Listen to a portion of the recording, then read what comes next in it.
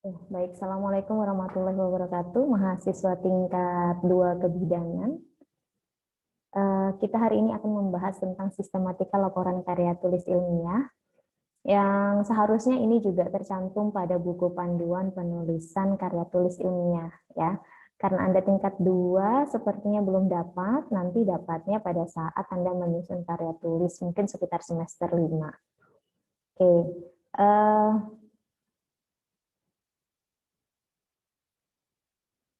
Sebentar. Oke, sistematika laporan karya tulis ilmiah kita mulai dari cover. Cover tetap harus mengikuti dari kaidah dan ketentuan dari YATSI ya, jumlah besar huruf judul, kemudian besarnya logo, kemudian apa saja yang tercantum dalam cover silahkan Anda lihat di buku, kemudian Anda juga bisa cek di perpustakaan punya kakak kelasnya. Kemudian ada halaman pengesahan, halaman persetujuan, abstrak, kata pengantar, daftar isi. Nah, ini daftar gambar, daftar tabel, daftar istilah itu bisa. Ya, kemudian baru bab 1 tentang pendahuluan, bab 2 tentang tinjauan pustaka, bab 3 tentang kerangka konsep, definisi operasional dan hipotesis, bab 4 metodologi penelitian, bab 5 hasil, bab 6 pembahasan, bab 7 kesimpulan dan saran, serta yang terakhir adalah daftar pustaka. Jadi kalau Anda sudah selesai penelitian, maka inilah yang harus Anda susun. Pada saat ini Anda di akhir mata kuliah itu sudah harus menyusun sampai bab 4. Oke. Nah, kita cek dulu halaman pengesahan. Sebenarnya halaman pengesahan ini dibuat setelah sidang KTI, tapi nggak apa-apa, mulai dari sekarang Anda siapkan. Itu berupa halaman yang berisi kolom tanda tangan pengesahan dari penguji 1, penguji 2, kaprodi, dan ketua stikes. Biasanya dibuat hard copy-nya 3 lembar, nanti ditandatangani, mulai dari penguji 2 dulu. Nah, ini siapa duluan nih, penguji 1 atau penguji 2 tergantung kesepakatan saat ujian. Ada beberapa penguji yang pembimbingnya dulu nih harus cek, lihat. Nah, pembimbing itu kan masuk penguji 2. Tapi ada juga yang mengatakan harus ke penguji 1 dulu karena beliau yang menguji dan memastikan bahwa isi dari karya tulis Anda itu sesuai dengan arahan beliau. Sehingga nanti penguji 2, kaprodi, dan ketua stikes hanya tinggal tanda tangan atau mungkin koreksi dari segi penulisan saja. Kemudian halaman persetujuan. Duluan mana nih halaman pengesahan sama halaman persetujuan?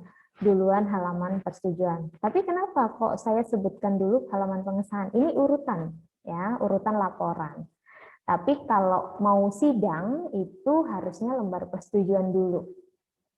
Ya, ini mohon maaf jadi sidang ya.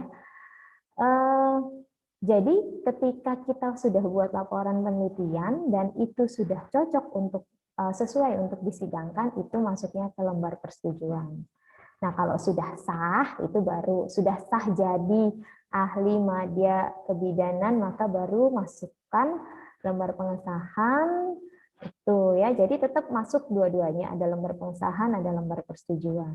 Nah, bedanya di lembar persetujuan itu yang menyetujui adalah pembimbing dulu, baru kaprodi, baru ketua stikes. Buat juga 3 lembar ya. Nah, ini ada beberapa masukan karena sifatnya online.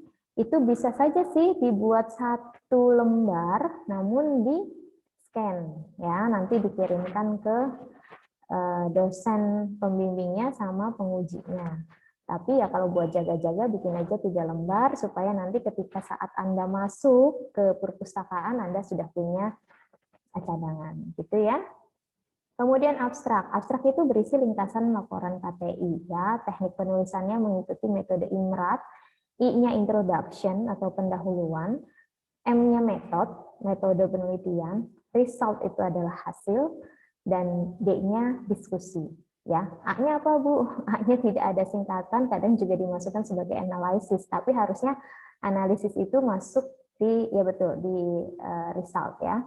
Kemudian latar belakang ini berisi sedikit paparan mengenai alasan penelitian dan tujuan penelitian. Anda coba belajar baca abstraknya peneliti terdahulu. Kemudian banyaknya kata sekitar 250, jangan lebih, kurang boleh. kemudian disertai kata kunci penelitian. Contohnya misalnya saya penelitiannya tentang yoga pada ibu postpartum, maka kata kuncinya adalah yang pertama tentang yoga, kedua tentang ibu postpartum, ketiga tentang psikologi, kondisi psikologi ibu, keempat tentang misalnya terapi komplementer kebidanan. Jadi kata kunci ini mewakili dari kata yang paling sering disebut dalam penelitian kita. Nah, kemudian kita masuk ke pendahuluan. Di pendahuluan itu berisi latar belakang dan masalah yang berkaitan dengan penelitian. Jadi, kita mulai penelitian itu dari masalah. Masalah itu apa sih yang terjadi? Apa yang Anda lihat dengan fenomena ini? Dan kemudian Anda teliti ada hubungannya, bagaimana gambarannya, kemudian bagaimana kondisinya, lalu Anda ajukan untuk penyelesaian masalahnya seperti apa. Ya, ini juga kadang berkaitan dengan tren isu masalah kebidanan, terutama di dunia nasional, ya di Indonesia, di dunia itu di Australia, di WHO itu apa yang sekarang sedang jadi fokus, kemudian di Inggris mungkin atau di Belanda seperti itu. Nah, di nasional tentunya dari ke-34 provinsi kita itu masalah kebidanan yang sedang jadi fokus untuk diselesaikan apa. Kemudian regional, karena kita tinggal di Banten, itu fokus dari kesehatan ibu dan anak apa. Nah, nanti turun ke Tangerang. Ya, Tangerang ini monggo, kalian kan ada yang di dinas, ada yang tinggal di kota, ada yang tinggal di kabupaten. Silahkan, dinasnya tentu berbeda karena kondisi dari ibu dan bayi di kota kabupaten itu juga berbeda. Kemudian penyusunan latar belakang ini bisa deduktif menuju induktif atau sebaliknya. Kalau deduktif itu adalah hal-hal yang umum dulu dikemukakan baru ke yang khusus. Misalnya Anda mau meneliti tentang anemia. Anda yang umum dulu nih, angka anemia di dunia gimana? Dampaknya apa kalau tidak diselesaikan atau tidak dikelola anemia ini. Nanti masuk ke dalam angka nasional seperti apa, kebijakan yang sudah dilakukan di Indonesia bagaimana, apakah itu dilaksanakan dengan baik, bagaimana kondisinya di Banten, dan bagaimana kondisinya di Tangerang. Tuh, jadi hal-hal yang umum ke yang khusus. Bisa juga sih mau hal-hal yang khusus dulu ke umum, tapi ini biasanya dilakukan pada penelitian jenis kualitatif. Nah, untuk D3 biasanya deskriptif ya, atau kuantitatif dulu. Nah, ini Anda baru pemula dan belajar bagaimana menyusun penelitian. Tapi monggo silahkan kalau Anda merasa bahwa Bu, saya maunya dari induktif ke deduktif, silahkan. Namun tadi, harus disusun secara jelas, runut, dan baik. Ya, kenapa? Karena saya sering membaca pendahuluannya anak-anak itu ceplok-ceplok. Paragraf ini bicara tentang AKI, tiba-tiba bicara tentang penyebab perdarahan, tiba-tiba bicara tentang penyebab kematian. Nah, itu ceplok-ceplok. Jadi keterkaitan antar paragraf itu tidak nyambung. Maka dari itu, saya selalu bilang bahwa Anda harus susun secara konsisten, menjelaskan hal-hal yang umum dulu, baru ke yang khusus, dan ada keterkaitan antar paragraf pertama, kedua, ketiga, dan selanjutnya. Kemudian untuk memastikan bahwa memang terjadi masalah, Anda harus memberikan data-data terbaru mengenai permasalahan yang Anda teliti. Misalnya angka anemia itu sekarang di mana? Di nasional berapa prevalensinya? Di Banten seperti apa? Di Tangerang gimana? Gitu ya. Nah, kemudian Anda juga lihat penelitian terdahulu tentang anemia ini sejauh mana. Apakah sudah ada pemecahan masalah anemia itu kan sebenarnya gampang ya. Tinggal ibunya konsumsi tablet FE minimal 90 tablet selama kehamilan. Nah, apakah ini sudah berjalan dengan baik? Kalau sudah ada kebijakannya kok malah masih banyak sih ibu yang anemia seperti itu. Jadi Anda kaitkan, ini jadi masalahnya ada di mana? Ada di kebijakan pemerintahkah yang keliru, atau ada di perilaku ibunya yang tidak mau konsumsi tablet FE, atau dari bidannya yang tidak mempromosikan hal tersebut. Cuma, Bu, Ini minum ya tablet FE 2 kali sehari. Dah, habis itu tidak ada evaluasi, tidak ada motivasi, tidak ada edukasi lebih lanjut tentang pemberian FE tersebut. Kemudian argumentasi peneliti, mengapa hal itu penting untuk diteliti dan bagaimana dampaknya kalau tidak diteliti, gitu ya. Kemudian bab 2, tinjauan pustaka, ini berisi tentang teori dan pustaka yang mendukung variabel penelitian. Nah, ini tergantung variabel yang Anda gunakan. Apakah Anda menggunakan satu variabel univariat atau Anda menggunakan dua variabel? Dua variabel nanti ada dependen dan independen. Ya, variabel dependen adalah variabel yang terikat, kalau independen adalah variabel bebas. Ya, apa sih Bu? Dependen itu dia berdiri sendiri. Independen itu berdiri sendiri ya. Contohnya usia, pendidikan, pekerjaan. Kalau dependen itu terikat, jadi dia tidak berdiri sendiri. Bisa jadi kan, misalnya anemia ini dipengaruhi ada hubungannya dengan usia. Ibu hamil yang remaja atau usianya lebih muda, kemungkinan besar akan mengalami anemi dibandingkan ibu yang mungkin usianya sudah matang antara 20 sampai 35 tahun. Kenapa? Karena remaja itu kan masih membutuhkan nutrisi untuk tumbuh kembangnya. Jadi nanti bisa balapan tuh antara ini makanan si ibu masuk untuk tumbuh kembangnya ibu atau tumbuh kembangnya janin. Gitu ya. Jadi kalian harus pastikan dulu variabel apa yang mau Anda ambil, apakah itu satu atau dua. Kemudian kalau dua, tentukan mana variabel dependen dan variabel independen. Ya. Kemudian Anda membaca banyak penelitian, itu masuk ke dalam literatur review. Ya, minimal itu 5 penelitian Anda baca tentang anemi. Oh, penata laksanaan anemi di Jawa Tengah begini. Kemudian penelitian si A di Jakarta tentang anemi begini, penelitian si B di Banten itu sebelumnya begini tentang anemi. Nah, itu Anda baca. Ya, Anda sesuaikan dengan tinjauan pustaka Anda. Ya, kemudian setelah itu Anda susun kerangka teori. Kerangka teori ini kemarin banyak tuh yang salah tuh. Kakak kelasnya tingkat 3 penyusunan kerangka teori ini tergantung dari variabel apa yang diambil. Misalnya anemi. Anemi itu penyebabnya apa aja? Ya. Atau misalnya akses kemudahan ANC. Itu apa saja yang menjadi faktor atau variabel yang menunjang atau variabel yang mempengaruhi akses kemudahan pelayanan ANC tersebut, gitu ya. Kemudian bab 3, kerangka konsep, definisi operasional, dan hipotesis. Oh iya, ada beberapa yang ingin saya sampaikan karena pandemi COVID ini kan rata-rata bimbingan itu melalui email. Kadang untuk memahami kata ketikan itu kan mahasiswa agak sulit ya. Jadi jangan jangan sungkan untuk tanya, meskipun kalau tanya sebenarnya dosen itu nggak ngomelin ya, tetapi minimal Anda itu harus siap. Ketika Anda mau tanya tentang populasi dan sampel, berarti Anda harus baca dulu populasi dan sampel. Gitu. Setelah baca, terus nggak jadi tanya, itu agak nggak mungkin. Karena teori dengan pemahaman itu agak perlu waktu, perlu arahan. Ya, jadi kalau Anda nanti masuk ke dalam bimbingan KTI, ya tanyalah sama dosennya. Tapi dosen saya galak, suka ditanya balik, dan saya nggak bisa, suka diomelin. Ya, berarti Anda harus baca dulu, gitu ya. Oke, masuk ke kerangka konsep, DO, dan hipotesis.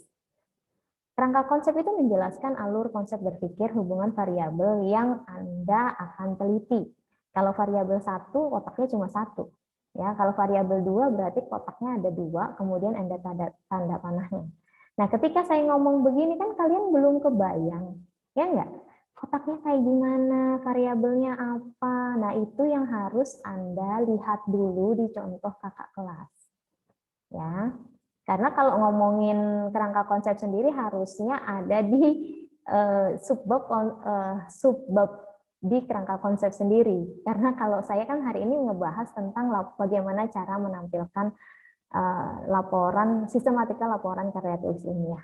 Gitu.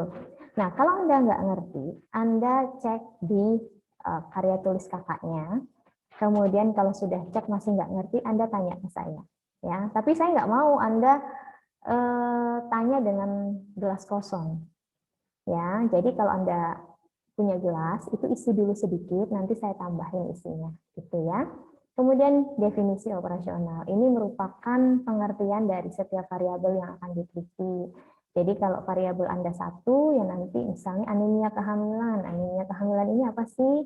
Merupakan kadar Hb pada ibu hamil yang diukur pada usia kehamilan 32 minggu sampai 40 minggu dengan kadar kurang dari 11 gram persen. Nah, itu contoh definisi operasional. Ya, itu DO ini juga dilengkapi dengan cara ukur. Ukurnya gimana sih? Mau pakai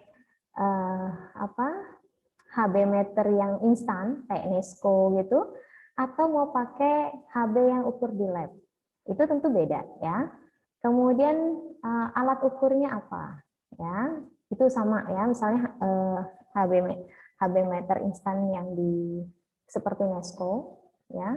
Kemudian skala ukurnya mau pakai anemi ya tidak anemi atau mau pakai angka. Oh, ini HB-nya 10, oh ini HB-nya 9, itu beda ya. Itu masuk ke dalam skala interval, rasio atau nominal atau kategori gitu.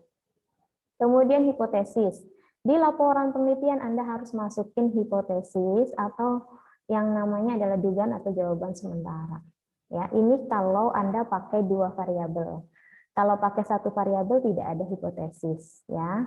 Nah, hipotesis ini ada dua juga, ada hipotesis nul dan hipotesis alternatif. Misalnya dua variabel itu adalah hubungan pendidikan dengan kejadian anemia pada ibu hamil.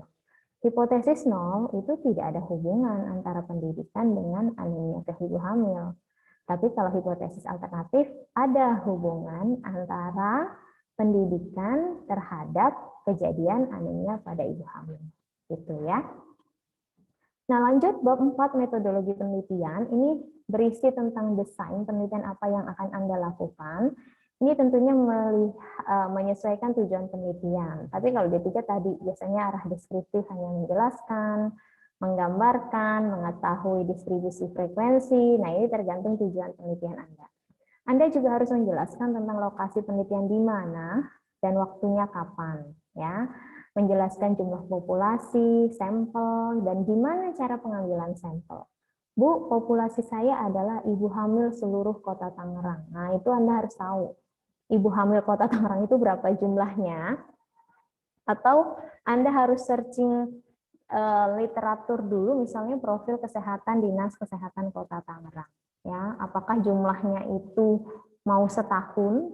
Jumlah ibu hamil di Kota Tangerang pada tahun 2020 ya. Saya kasih tahu itu ada 38.000 yang lahir. Nah, berarti Anda harus cari tahu berapa sih angka tepatnya. Ya, itu contoh jumlah populasi.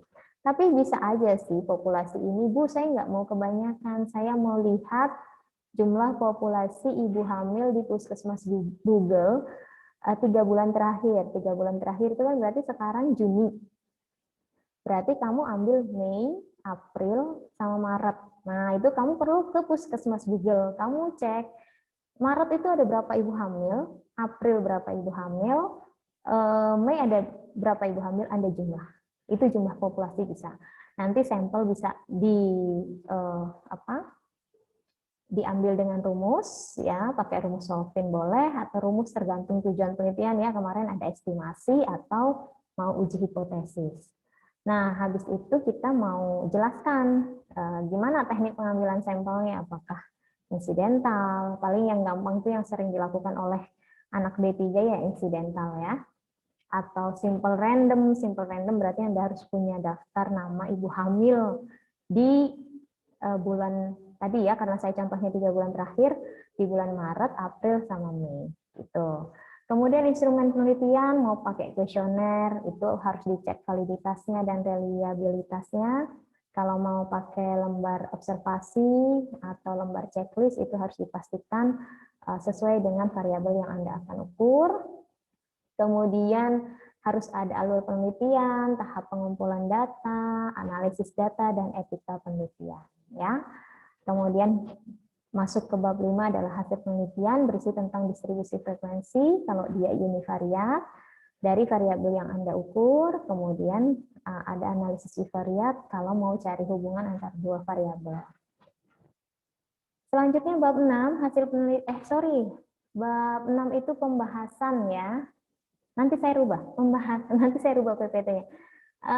Bab 6 itu pembahasan berisi tentang penjelasan mengapa hasil penelitian isinya demikian. Bukan hasil penelitian semua. Kalau hasil penelitian itu ada di bab 5, tapi di bab 6 ini kita ambil hasil penelitian, kemudian jelaskan mengapa hasilnya begitu. Contoh misalnya, dari 100 ibu hamil, ternyata ada 30% ibu yang mengalami anemia. Nah ini kenapa? Sama nggak angkanya dengan penelitian lain? Nah, tadi bandingkan dengan penelitian lain atau teori yang terpapar di buku teks. Sama nggak angka anemi ini di Indonesia? Misalnya, di Indonesia tuh angkanya 35%. Oh, di Puskesmas Google ternyata 30%. Berarti Puskesmas Google angkanya di bawah nasional. Lumayan bagus nih untuk kejadian anemia, ya.